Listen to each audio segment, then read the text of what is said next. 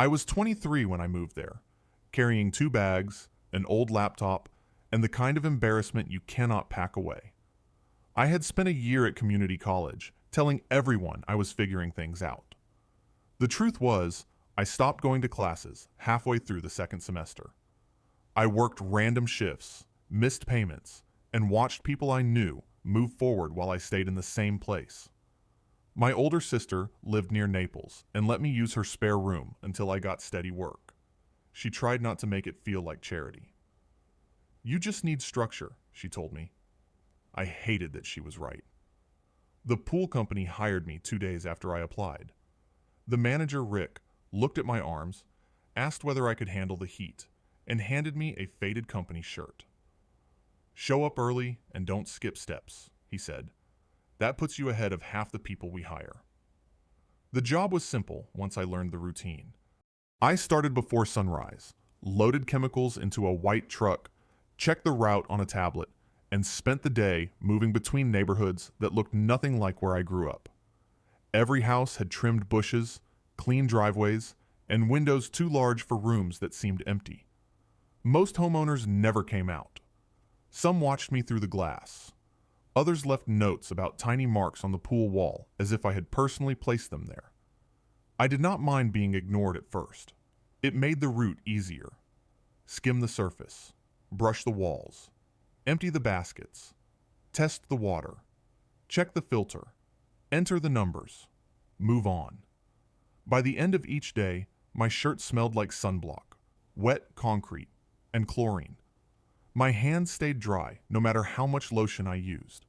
Still, the work gave me something college never had.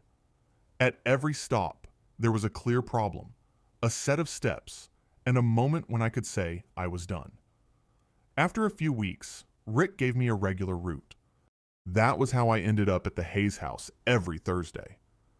It sat near the end of a quiet street behind a row of trimmed hedges. The driveway curved toward a 3-car garage, and the backyard was covered by a huge screened enclosure. The pool looked almost untouched. The water was clear enough to see every pale blue tile along the bottom. The first Thursday, I had my net stretched over the deep end when the back door opened. "Are you new?" I looked up too fast and nearly dropped the pole.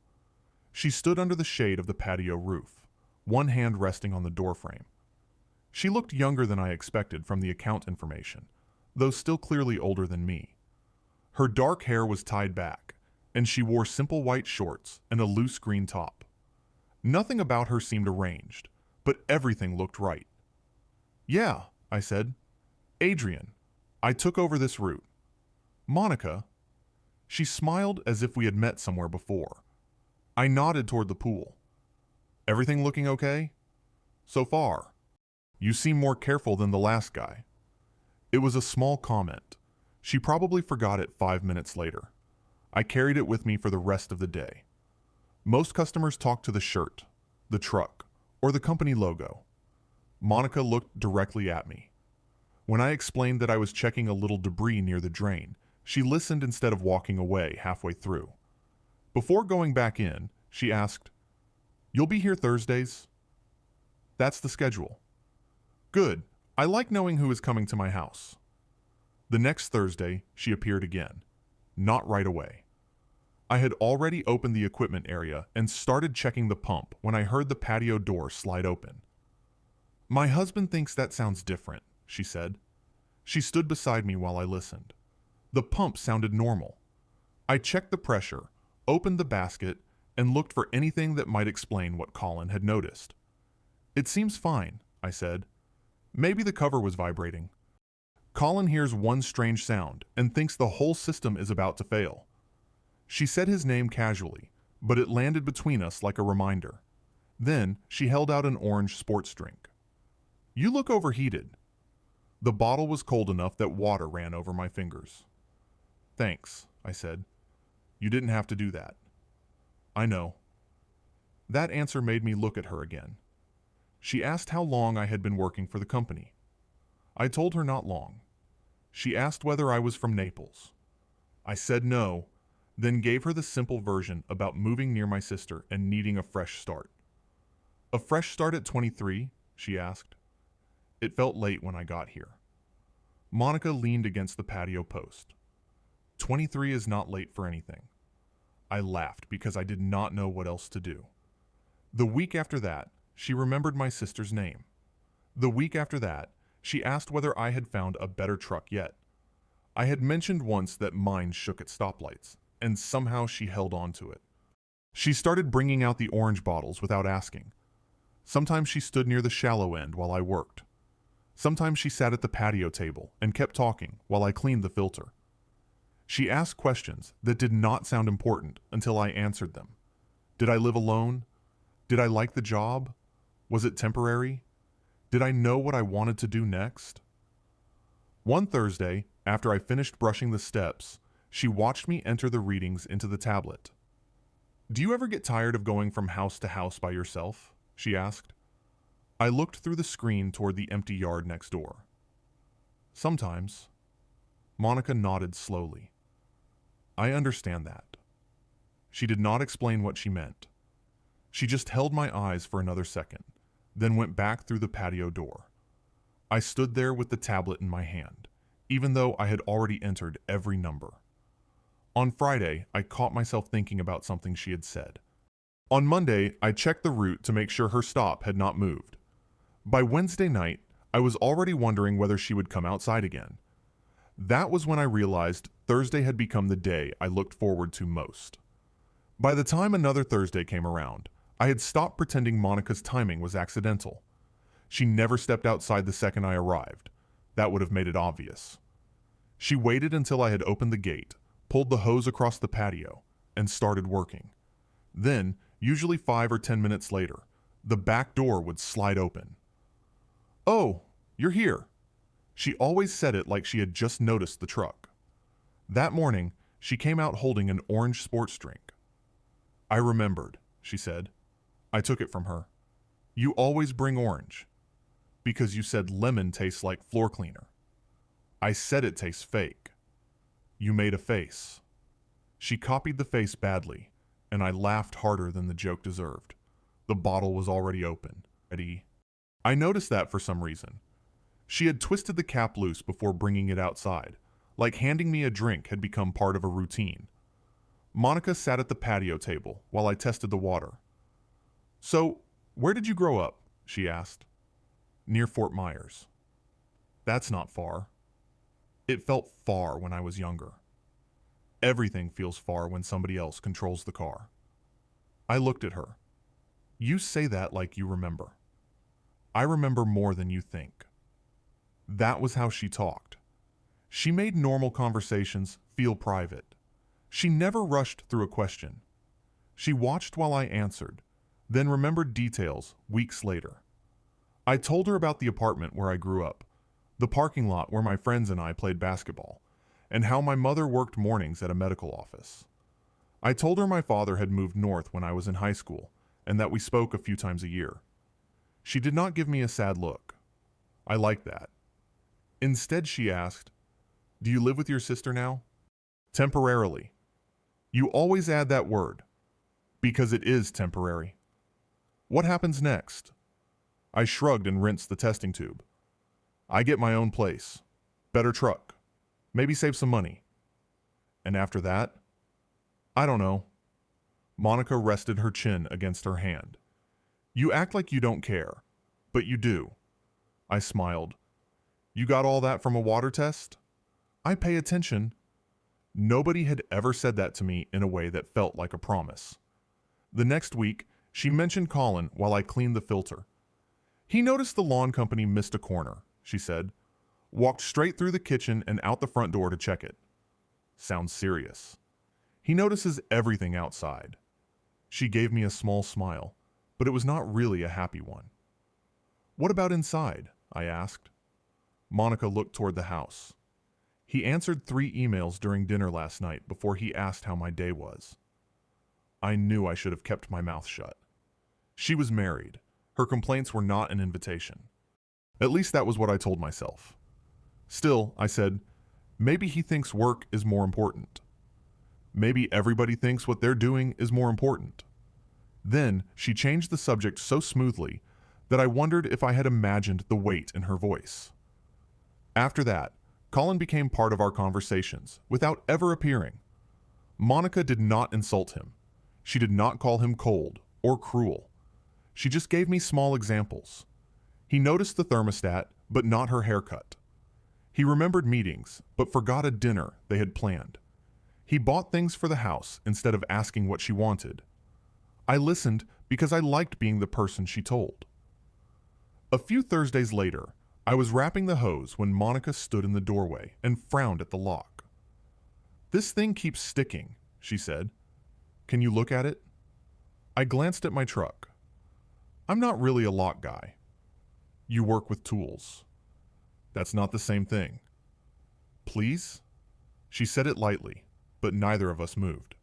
I knew the lock was not the reason she was asking. I knew that before I stepped inside. The cold air hit my face first. After weeks of seeing the house through glass, being inside felt wrong. The kitchen was larger than my sister's whole apartment. Everything was pale, clean, and quiet. A bowl of green apples sat untouched on the counter. Monica closed the door behind me. "See?" she said, moving the lock back and forth. It worked perfectly. I touched the handle anyway. "Seems fine. It sticks sometimes."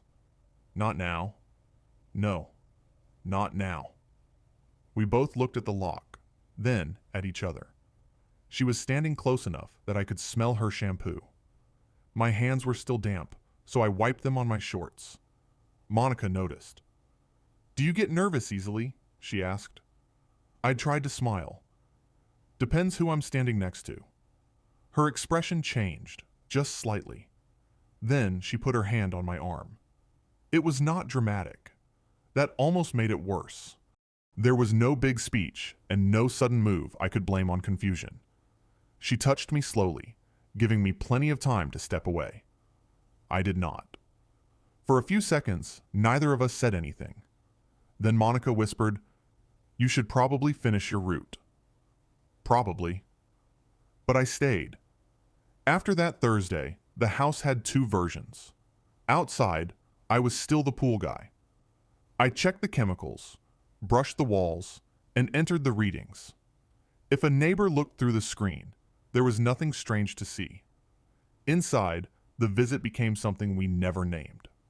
Sometimes Monica left the patio door unlocked. Sometimes music played softly from the kitchen. Sometimes there was already a drink waiting on the counter. She began texting from a number I did not recognize. "You still coming today?" The first message arrived at 7 in the morning. I stared at it while sitting in the company truck. "Of course," I replied. I started making her stop longer without admitting that was what I was doing. I checked the water twice, cleaned a filter that did not need cleaning, walked back to the truck for tools I already had. 20 minutes became 40, then nearly an hour. Rick asked why my Thursday route kept running late. "Traffic," I said. He looked at me, then at the route map. "At 10 in the morning?" "Construction." He told me to move faster. I promised I would. The following Thursday, Monica watched me coil the hose. "You're good at this," she said. "At cleaning pools?" "At caring whether things are done right." I shrugged. "It's my job." "No. Some people do a job. You pay attention." She stepped closer. "You could have your own route someday. Your own company, maybe. You care more than you admit." I carried that line with me all week. I repeated it while driving. I thought about it when my sister asked why I kept smiling at my phone. I started imagining Monica saw something in me that everyone else had missed. That was the mistake. I no longer wanted Thursday to be a hidden hour in someone else's house. I wanted it to mean something. The routine kept going, and because nothing changed on the surface, I convinced myself that meant it was stable. Every Thursday, the patio door was unlocked. Sometimes music played low in the kitchen before I even finished checking the water. Sometimes an orange drink waited on the counter with the cap already loose. Monica would sit nearby, scrolling through her phone, acting like my being there was the most normal thing in the world. That was what got to me. It stopped feeling like I was entering somebody else's house. I knew where she kept the glasses. I knew which cabinet held the coffee. I knew the kitchen clock ran 4 minutes fast because Colin liked being early. I started thinking of small details as evidence. She remembered what days I worked late. She asked whether my sister had found a new job. She noticed when I changed the way I cut my hair. Once when I was leaving, she said, "Drive carefully." And I thought about those 2 words all afternoon. I knew how weak that sounded. Even then, part of me understood I was building something out of scraps. But when you have spent a long time feeling unimportant, scraps can look like a full meal. Monica never made promises. That should have warned me. She never said she would leave Colin. She never talked about a future. She did not even ask me what I thought would happen between us. Instead, she kept everything inside Thursday. If I tried to bring up seeing her another day, she smiled and changed the subject. "Thursday works," she would say. At first, I told myself she was being careful. Later, I told myself she was scared. I never allowed myself to consider the easiest answer. Thursday was simply the time she had available. The jealousy started quietly. One week, she mentioned a neighbor named Brian who had helped move a table in the garage. "You could have called me," I said. Monica looked amused. "You were working. I could have come by later. It was a table, Adrian." "I know." She studied my face for a moment. "Are you jealous of my neighbor?" "No." "You are." "I'm not." Her smile grew, and for a second, I liked that she could tell. It made my jealousy feel useful, like proof that what we had mattered. Then she touched my wrist and said, "You don't need to worry." I heard what I wanted to hear. Another time, she mentioned a repairman who had come to look at the garage door. "Was Colin home?" I asked. "No." "Did the guy fix it?" "Mostly." "What does mostly mean?" Monica laughed. "It means he has to come back." I did not like the way she said it, though there was nothing clearly wrong with it. I stayed quiet, and she noticed. "You ask a lot of questions now," she said. "I'm just making conversation." Of course. That should have bothered me more than it did. The truth was, we had no rules. We had never agreed on anything. I had no right to ask who entered her house or who made her laugh, but in my head, the secret made us loyal to each other. I thought hiding something together meant we belonged to the same side. One Tuesday afternoon, I stopped at a shopping plaza to buy work shoes. A jewelry store sat 2 doors down from the shoe place, and I slowed when I passed it. I had no plan to go inside. I told myself I was only looking because the displays were bright and the store was empty. A few minutes later, a woman behind the counter was showing me necklaces. "What's the occasion?" she asked. "No occasion." "Birthday?" "No." "Anniversary?" I almost laughed. "Just a gift."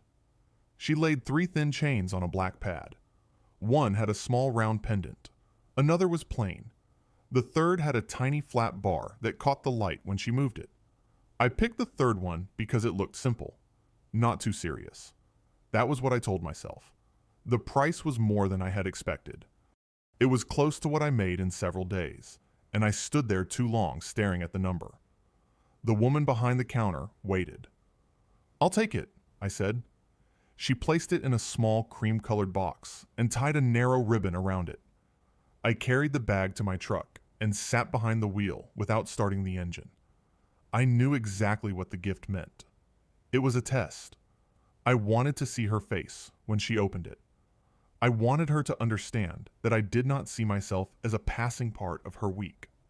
More than that, I wanted her to tell me she felt the same. On Thursday, the box sat in the center console while I drove my route.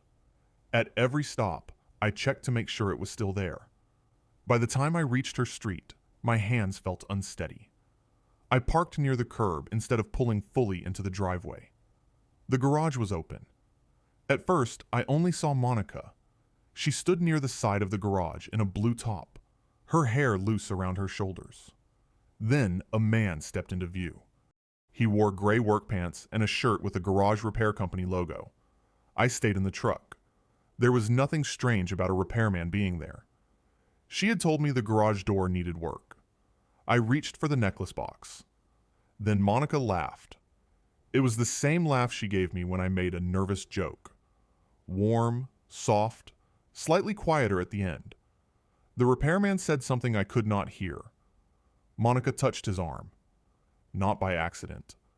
Her hand stayed there for a moment, and she leaned closer as if they were already comfortable standing that way. I stopped moving. The box was halfway out of the console.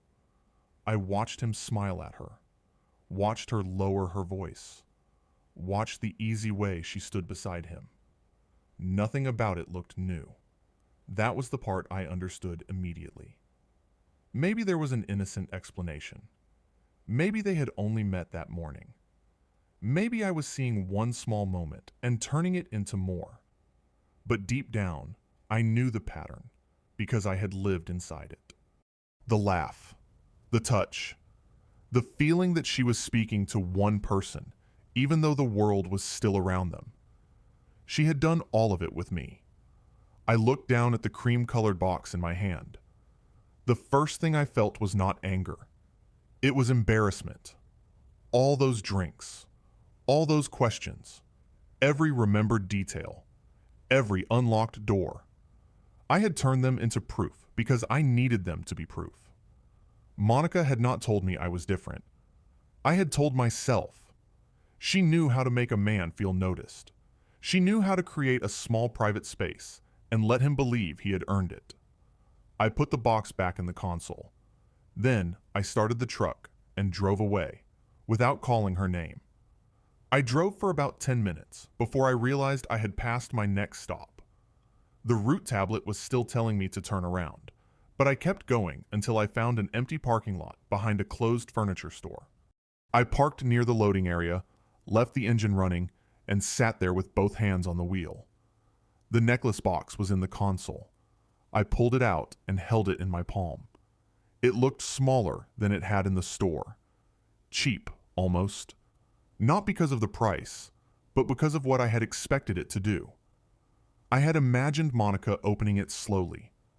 I had imagined her going quiet, then looking at me in a way that confirmed everything I had built in my head. Maybe she would say I should not have spent the money. Maybe she would touch the chain and tell me it was beautiful. Every version ended with me being important. Now I could only picture the repairman near the garage and the way her hand rested on his arm. My phone rang. Monica. I watched her name fill the screen until the call ended. A few seconds later, a message appeared. "Where are you? Everything okay?" I read it twice. The question sounded concerned. That was what made it difficult. She knew how to sound like the person who cared most. I locked the phone and put it face down on the passenger seat. The truth did not arrive all at once. It came in pieces while the air conditioner blew cold against my wet shirt. Maybe she had other men. Maybe she did not. Maybe the repairman really was just a repairman. But even if I had misunderstood what I saw, I had not misunderstood the rest. Monica kept me inside, one morning a week. She never asked for more. She never offered more. The future I had imagined existed only in my truck, in my sister's spare room, and in the jewelry store where I spent money I could not afford. I had confused access with closeness. Write in the comments, was Monica deliberately making Adrian feel special, or did he create a relationship in his mind from moments she only meant to keep temporary? That afternoon, Monica called again while I was cleaning a pool 2 neighborhoods away. I let the phone vibrate in the cup holder. That night, another message came. "You disappeared today." I typed 3 different replies. "I saw you." "Who was that guy?" "I think we need to talk." I deleted all of them. Anything I sent would give her a chance to explain. Maybe she would deny it. Maybe she would laugh and tell me I was imagining things. Maybe she would admit enough to keep me interested, then tell me Thursday could still be ours. The worst part was knowing I might believe her. The next morning, she sent a lighter message. Hope your route wasn't too crazy yesterday. It was written like nothing had happened, like we could both step around the missing Thursday and return to the routine without naming it. I did not answer. For the rest of the week, I kept checking my phone even though I had decided not to respond. Every time the screen lit up, part of me wanted it to be her. That made me feel worse than the messages themselves. My sister noticed at dinner. "You've been quiet," she said. "Long week." "Work?" "Mostly." She waited, but I kept eating. I could not tell her. Saying it aloud would make the whole thing sound exactly like what it was. I had entered a married client's house every Thursday and convinced myself I was building a relationship. On Wednesday evening, Rick sent the next day's route sheet. The Hayes address was there at 10:20. I stared at it for a long time. Part of me wanted to go. I could arrive like normal, clean the pool, and see how Monica acted. I could wait for an explanation without asking for one. That was the old habit already trying to rebuild itself. Thursday morning, I walked into Rick's office before loading the truck. He was drinking coffee and looking through invoices. "What's up?" he asked. "I need somebody else to take one of my stops." He looked at the route on his computer. "Which one?" "The Hayes house." "Problem with the equipment?" "No." "Customer complaint?" "No. The timing doesn't work for me anymore." Rick leaned back and gave me a tired look. "You've been going there for months." "I know. And now the timing doesn't work?" "Right."